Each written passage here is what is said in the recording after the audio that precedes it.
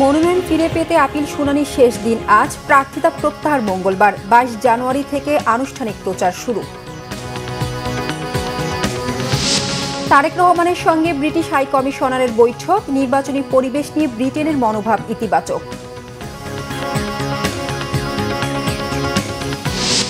Greenland দখলের বিরোধিতা করায় যুক্তরাজ্য, জার্মানি, ফ্রান্স সহ 8 দেশের উপর 10% শুল্ক আরোপের ঘোষণা ট্রাম্পের। দেখছিলেন ক্রাউন সিমেন্ট সংবাদ শিরোনাম। এবার বিস্তারিত।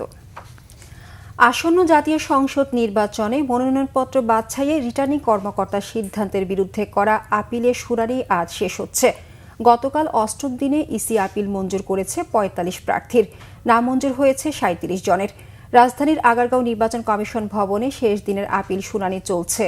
611 থেকে 645 নম্বর অবশিষ্ট অপেক্ষমান আপিল নিষ্পত্তির মধ্য দিয়ে এই কার্যক্রম শেষ হবে। প্রধান নির্বাচন কমিশনার এএমএম নাসির উদ্দিনের সভাপতিত্বে পূর্ণাঙ্গ কমিশন আপিল শুনানি করছেন। গত 10 জানুয়ারি থেকে রিটার্নিং কর্মকর্তার সিদ্ধান্তের বিরুদ্ধে আপিল নিষ্পত্তি শুরু হয়েছে।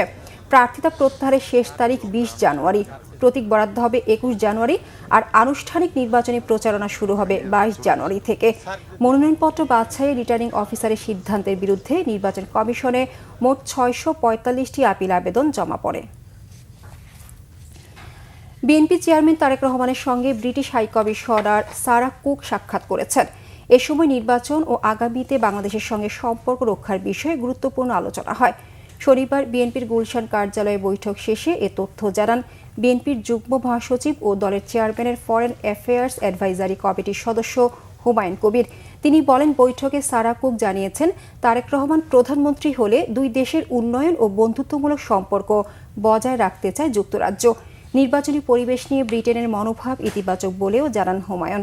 এ সময় বিএনপি মহাসচিব মির্জা ফখরুল ইসলাম আলমগীর ও দলের স্থায়ী কমিটির সদস্য আমির খসরু মাহমুদ চৌধুরী বৈঠকে উপস্থিত ছিলেন। এর আগে তারেক রহমানের সঙ্গে সৌজন্য সাক্ষাৎ করেন ঢাকায় নিযুক্ত নেপাল ও ভুটানের রাষ্ট্রদূত। বিভিন্ন দেশের অ্যাম্বাসেডার, হাই কমিশনার এবং চেয়ারম্যান সাহেব আপনার সবকিছু বিবেচনা করে দেশের স্বার্থে আমরা যে দেশের সাথেই সম্পর্ক করব আমাদের দেশের স্বার্থেই করব, এবং যেটা আমাদের মিউচুয়াল রেসপেক্ট, মিউচুয়াল ইন্টারেস্টকে বজায় রাখবে, এই ক্ষেত্রেই করব। তো এই মিউচুয়াল ইন্টারেস্ট, দেশের স্বার্থকে প্রাধান্য দিয়ে এই এক্সচেঞ্জগুলো হচ্ছে এবং আমাদের রুটিন কাজের অংশ হিসাবেই এগুলো হচ্ছে। 2024 সালের জুলাই অভ্যুত্থানে শহীদ ও আহতদের পরিবারের সঙ্গে আজ মতবিনিময় করবেন বিএনপির চেয়ারম্যান তারেক রহমান। সকাল 11টায় রাজধানীর খাবারবাড়ি কৃষিবিদ ইনস্টিটিউটে এই মতবিনিময় সভা অনুষ্ঠিত হবে। বিএনপির মিডিয়া সেলের পক্ষ থেকে এই তথ্য জানানো হয়েছে। এর আগে গতকাল গুম, খুন ও নির্যাতনের শিকার ব্যক্তিদের পরিবারের সঙ্গে মতবিনিময় করেন তারেক রহমান। 36 দিনের জুলাই আন্দোলনে আইনশৃঙ্খলা বাহিনীর বন্দুকের গুলিতে প্রায় 1.5 সহস্রাধিক শহীদ এবং কয়েক হাজার জুলাই যোদ্ধা পঙ্গুত্ব বরণ করেছেন। বিএনপির তথ্য মতে জুলাই আন্দোলনের বিএনপি ও অঙ্গ সংগঠনের 734 জন শহীদ হন। 19 বছর পেরিয়ে গেলেও কাঙ্ক্ষিত মানে পৌঁছাতে পারেনি সিলেট কৃষি বিশ্ববিদ্যালয়। শিক্ষার্থীরা জানান, ল্যাব সংকট, মেধাবী শিক্ষকের অভাব আর অতীতের অনিয়মে পিছিয়ে রয়েছে প্রতিষ্ঠানটি। তবে এবার প্রতিষ্ঠানটিকে দাঁড় করাতে বড় সংস্কার ও পরিকল্পনার উদ্যোগ নিয়েছে বিশ্ববিদ্যালয়ের নতুন প্রশাসন। সিলেট থেকে দীপু সিদ্দিকীর তথ্য ও মোহাম্মদ আজমল আলীর ছবিতে নাজমুল নিসারের ডেস্ক রিপোর্ট।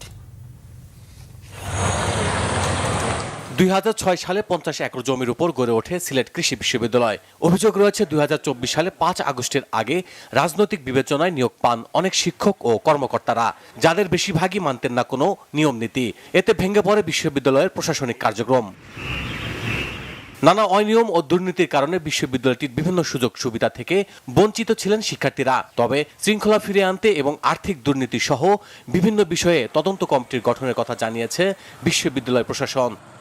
সরকারের আমলে অন্যায় করলেও সে অন্যায়কে আবার তারাই বৈধতা দিয়েছেন, অন্যায় করেছেন আবার সেটাকে আবার বৈধতা দিয়েছেন।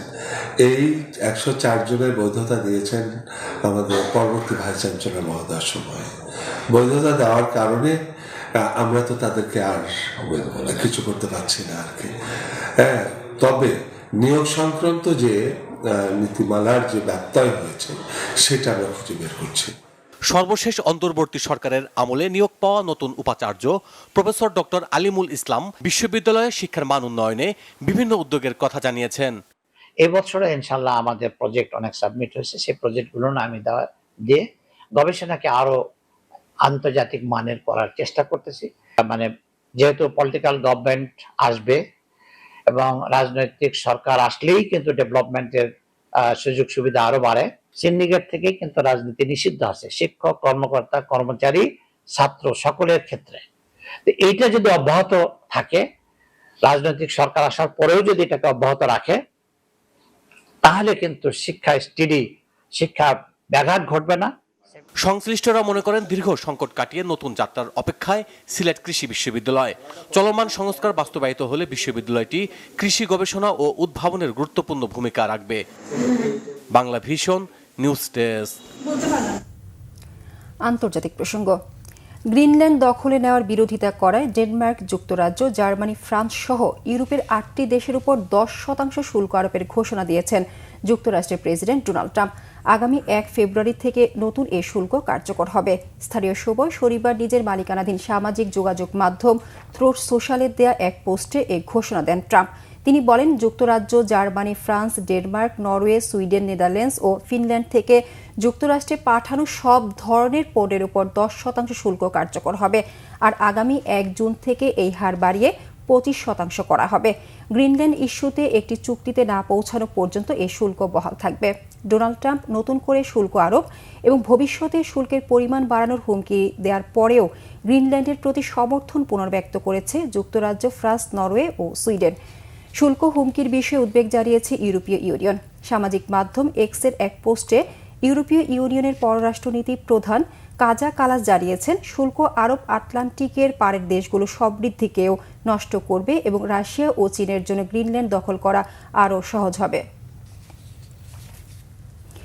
ইরানের সাম্প্রতিক বিক্ষোভে প্রাণহানি ও ব্যাপক ধ্বংসযজ্ঞের জন্য মার্কিন প্রেসিডেন্ট ডোনাল্ড ট্রাম্পকে প্রধান অপরাধী বলেছেন ইরানের সর্বোচ্চ নেতা আয়াতুল্লাহ আলী খামেনি।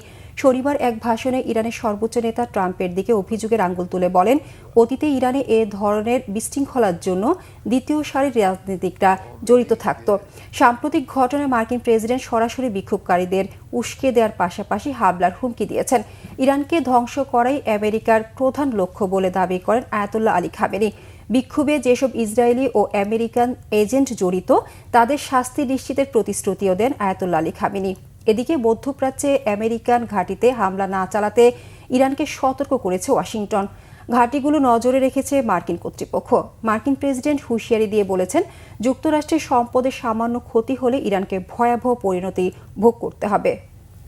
এই ছিল এখনকার মতো। পরের সংবাদ সকাল 11টায়। এছাড়া বাংলা ভিশন সংবাদ ও সংবাদ সংশ্লিষ্ট অনুষ্ঠান দেখতে ভিজিট করুন www.bbnews24.com ও facebook.com/bangladesh news এবং সাবস্ক্রাইব করুন youtube.com/bangladesh news।